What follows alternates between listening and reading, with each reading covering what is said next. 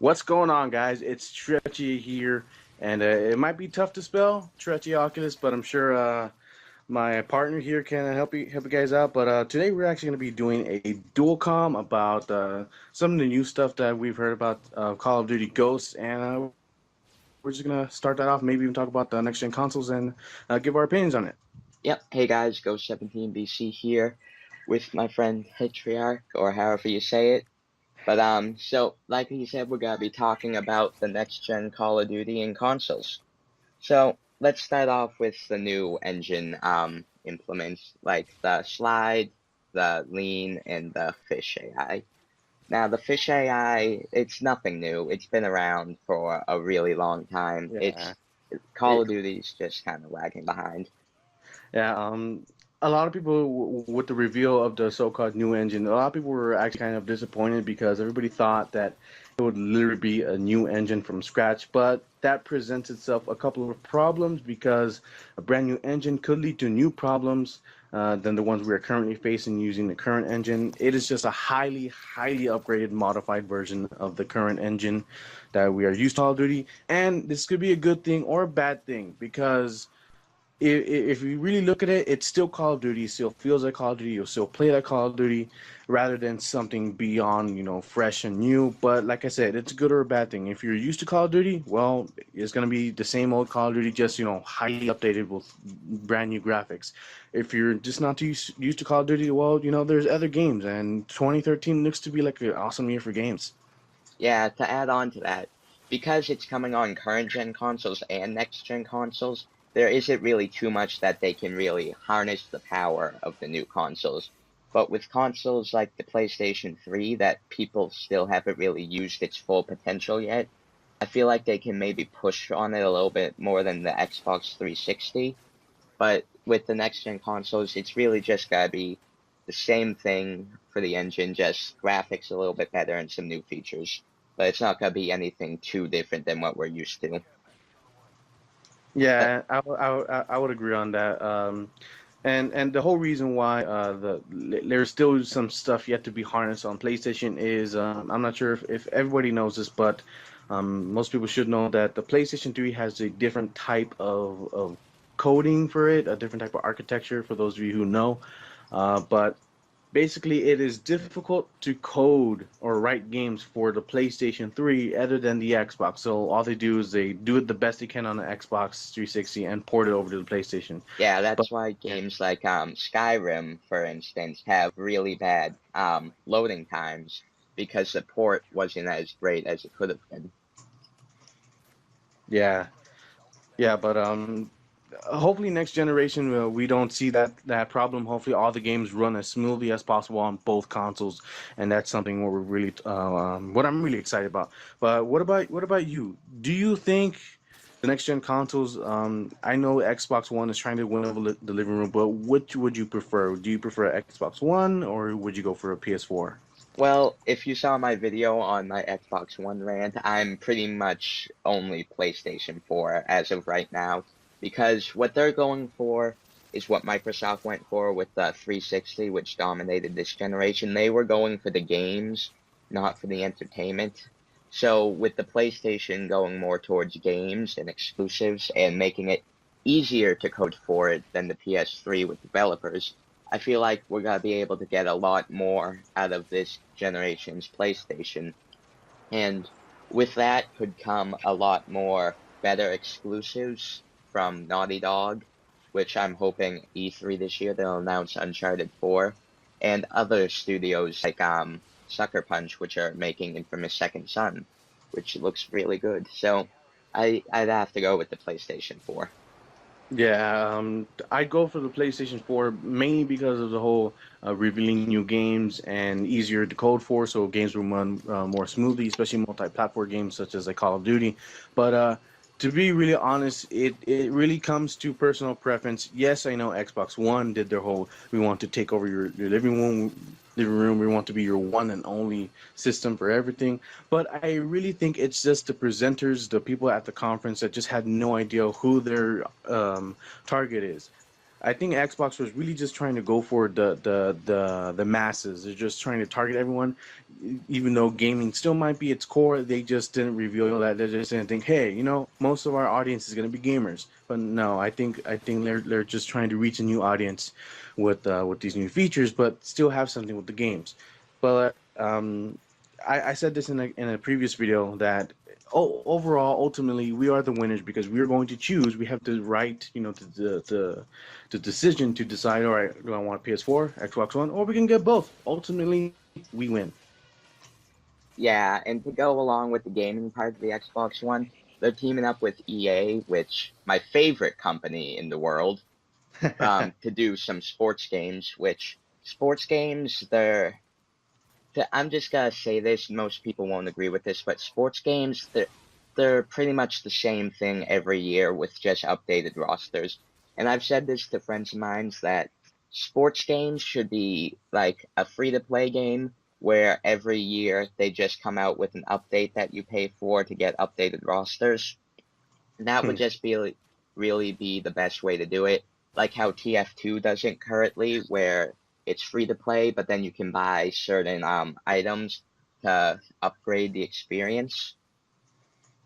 Yeah, I have a thing about sports games. I hate sports games. I hate them with a passion, mainly because it's a sports game. I could go outside and play soccer with my friends. Yeah, That's that's basically it. I don't like sports games. I think sports games is just nothing but a money grab for all of those sports fans that are just absolutely nuts about sports. yeah, But if it's your cup of tea, that's your thing. It's just not my thing.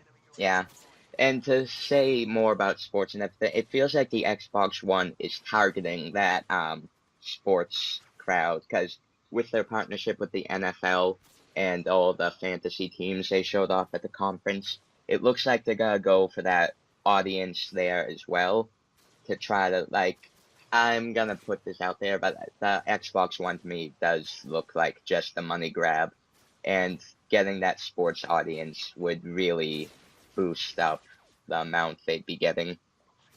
Well, yeah, I see what you're trying to get at, and especially with the whole you don't have to flip your channel or flip up the settings, and have your Yeah, TV on there. But like with any business, with any corporation, it's all about profiting. What can we do to reach the biggest demographic to have them all interested in our product and then sell it at the highest price possible? But that's how things work. Sometimes it's not fair. Companies want the most money for the least amount of product. Consumers, we want the most amount of product with the least amount of money, and we just always have to find a balance. So for those of you who are like, oh my God, Xbox, blah, blah, just money grab. Look, that's how companies work. That's how entertainment and just anything in the world works. It's all about profiteering and how you can get that, basically.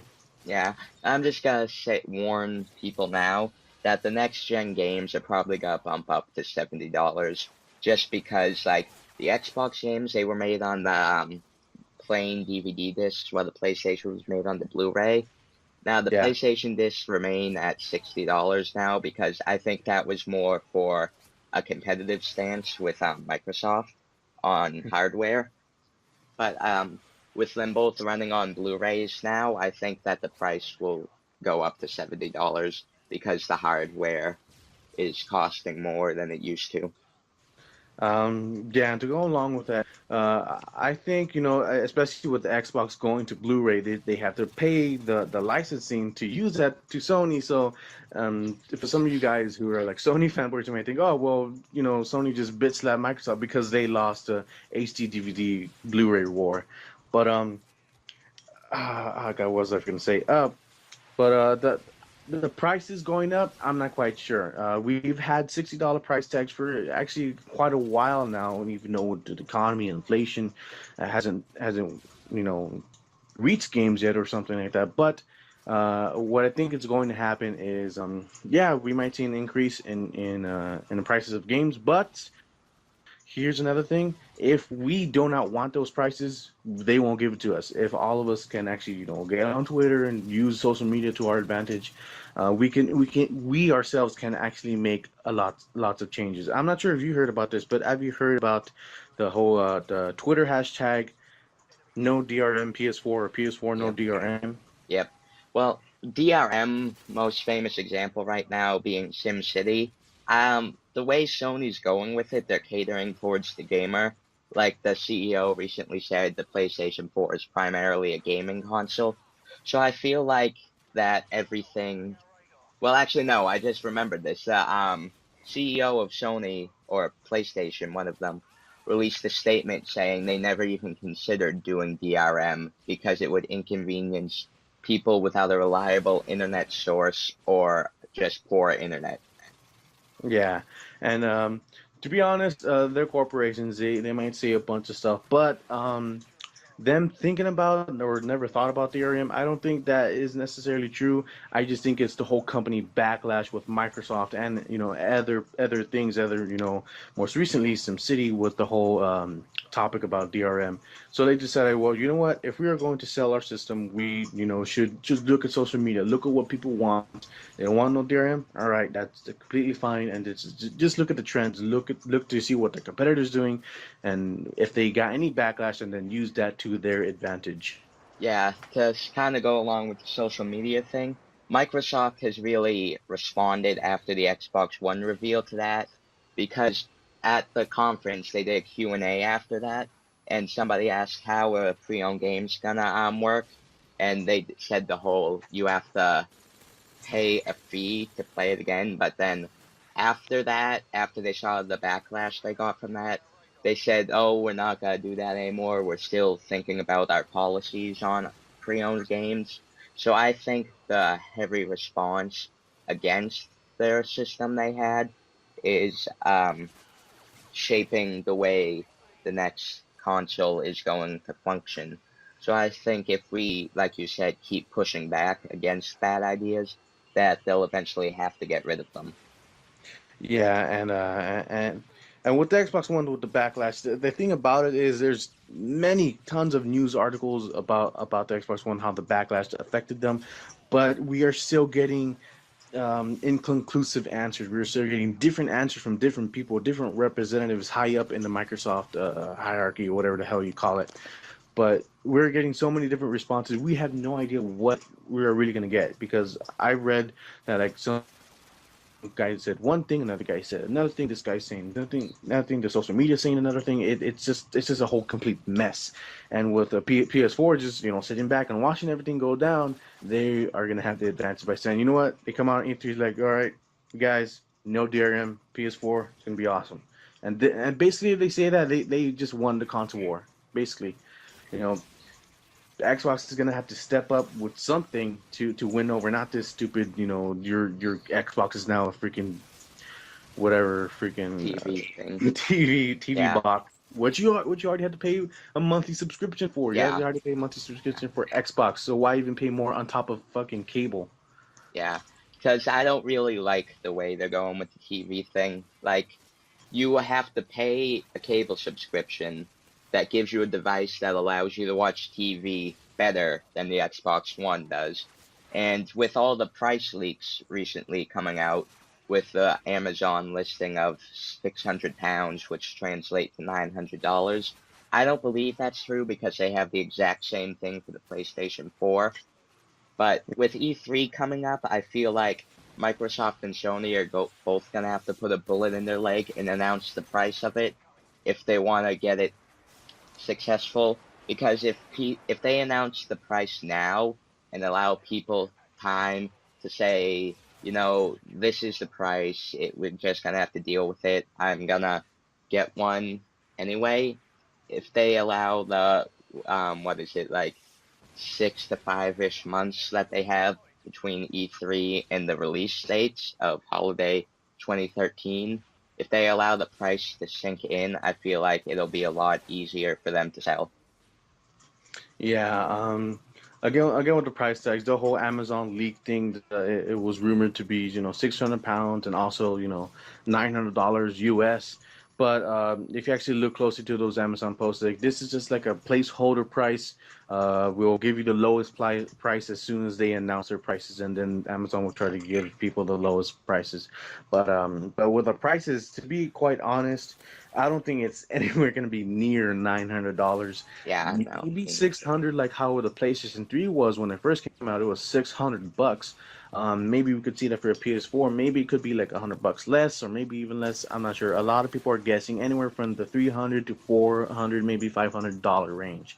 Um, that seems pretty. What's it called? That seems pretty realistic. But again, I'm not quite sure. Yeah, I feel like if Microsoft prices the Xbox One 600 and above, it's gonna be game over for them because with from what we've seen right now, there isn't a lot that really catches your eye with it, and by in pricing it at an extremely high price for a console of that nature would just be a bullet to the head because that nobody would pay for that unless they're a die-hard Microsoft fanboy or if they real or unless they announce some really good exclusives at E3, which I feel like they said they're gonna have 15 exclusives for it, but in reality, how many of those are gonna be Connect only games, and how many of them are gonna be real exclusives, and they're not just talking about like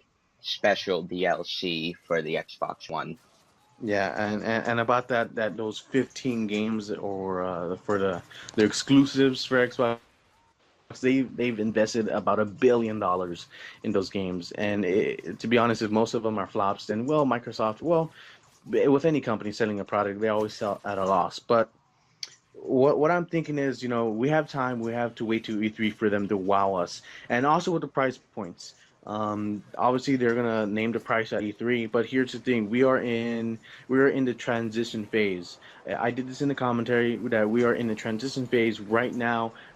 Most of us are probably still going to keep our current generation consoles for a good long while I know I am. before before because unless if the prices are extremely cheap and very affordable, then the next generation consoles are basically not going to sell as well as Microsoft Sony might think, because we're like, well, we have PlayStation 3 and Xbox 360. These consoles can do so much already.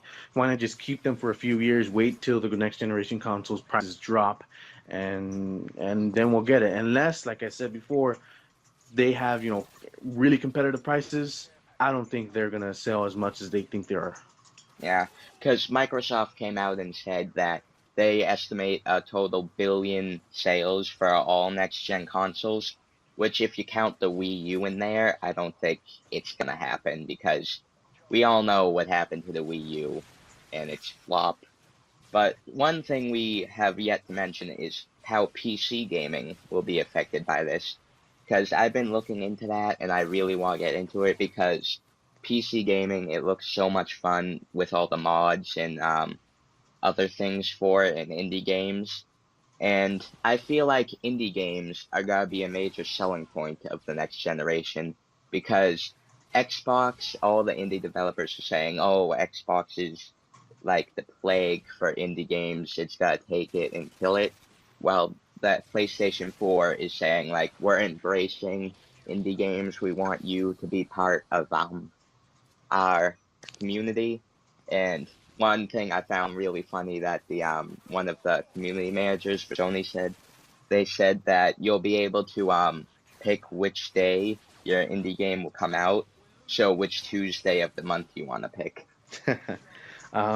Yeah, the whole thing about PC gaming, I have no clue. I don't understand PC gaming. I have no idea, and also PC gaming is really expensive, which is why the console wars are always going to be there because it's competitive to PC gaming. You want to spend thousands of dollars to just play a game, or would you want to spend a few hundred and play a game that it's going to work on your system because it's optimized to play that, rather than worry about all of your specs to see if this game will play on your $1,000 machine.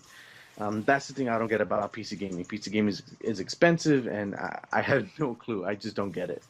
Yeah, well, the thing about PC gaming is like you buy your first parts for your computer, and you just every like so like the way I'm seeing it is like every 2 to 3 years you upgrade your graphics card, and then in between them you can upgrade other stuff. So if you really look at it, it's not as different from buying a console as you would think, because every 2 to 3 years for the current gen consoles, something new has been announced, like the Kinect for the Xbox and the PlayStation Move for the PlayStation. So it's kind of like taking those um, add-on packs and kind of just using that to just optimize what you already have. Yeah, with PC, I know you have your system, then just constantly upgrade it throughout the years, and we are going to see some probably new accessories, new bundles for the next generation consoles. But what I'm actually really excited for the PS4 is actually the touchpad. The touchpad can actually on the controller. I think that might not be the hugest selling point, but it could be one of the biggest things that we could see in console. Look at what the iPhone did. The iPhone just provided tools, just a touchscreen, and then their OS, and other people that they allowed to make apps for it made these crazy awesome apps that most people are using to replace tools. I mean, people are using iPhones for freaking levels, and I think what I'm expecting for the PS4 is that this little touchpad would would be a great tool to use in not only like indie games but maybe in AAA titles, and maybe even if the PS4 itself has in system apps or something where you can actually scroll through stuff using this little touchpad. Yeah, like to kind of bring that together. The PlayStation Vita, I see, is kind of like a prototype for that. So developers could like say, let's make a game for this and kind of see how we can use this technology. Because the developers have known about the new consoles for at least a year now. Because Microsoft and Sony have said they've been working on them both for a few years now. So with PlayStation's case, them saying we were going to developers when we started it to see what they wanted. Developers have had technology in their minds and have had time to think of ways they can adapt and use it. Yeah, I think this generation, I hope for lots of innovation, lots of brand new games. But of course, some sequels are going to be good as well. Hopefully, Call of Duty Ghosts, even though with all its not new engine crap, I think it's still going to be good. But like I said, Xbox, to be honest, needs to step up its game for it to win this race or even come close to PlayStation, because PlayStation is like definitely in the lead. They are really listening to people on Twitter. They're really focusing their system on gaming, because if we have an all-in-one system, yeah, I get that. I see that as a future, definitely, in a far future, another 10 years from now, 20 years, everything is going to be in like one place, because we all like everything compact. We all like everything clean and cut and just in one place. So definitely we are going to see that in the near future. But as of right now, people want a gaming system for games. Other features, yeah, it's okay. We don't want a good all around system. We want a great gaming console. Yeah. So with that, I think we should wrap it up now, since Yeah, we've kind of touched everything. yeah, So, I'm looking forward to doing more stuff with you in the future. yeah. You too, bro. And I actually might have to cut this up because it takes a long time to render my PC.